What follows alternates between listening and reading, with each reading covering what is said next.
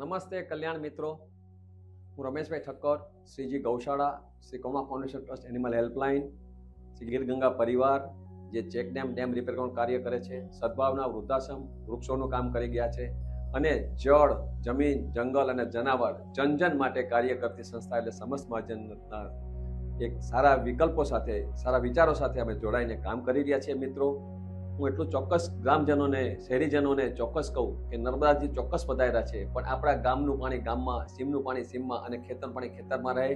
એવા આશય સાથે નાના મોટા ચેકડેમો જે તૂટ્યા ફૂટ્યા છે હવે તૈયાર નવા કરી રહ્યા છે,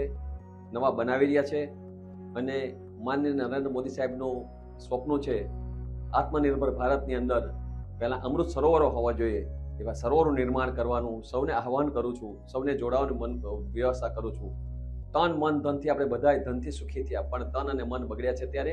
પાણી બચાવવા, પાણી એવી વાણી અને અન એવું મન સ્લોગન સાથે સૌથી શુદ્ધ પાણી, વરસાદનું પાણી કેમ વધુ ને વધુ બચાવી શકીએ, કેમ બાળકોને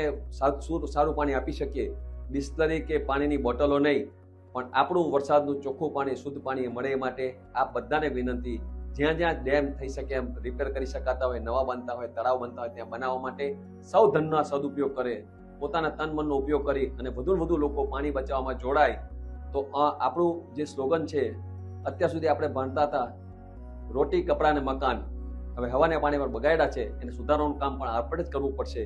અને હા, આપ દ્વારા જે પાણી બચાવવાનું અભિયાન ચલાવશો, ડેમ, ચેક ડેમ કે જે નદી તળાવ કરશો, એની લાઈફ 25-50 વર્ષની છે. એનો લાભ વર્ષો સુધી આપણને મળવાનો છે, વનરાજીને મળવાનો છે, પશુ પક્ષીઓને મળવાનો છે. તો આવા સુંદર કાર્યોમાં સૌ સાથે જોડાય એવી સૌને વિનંતી.